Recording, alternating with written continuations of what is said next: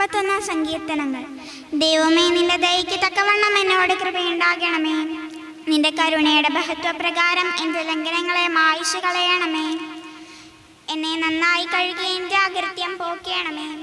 എൻ്റെ പാപം നീക്കി എന്നെ വെടിപ്പാക്കണമേ.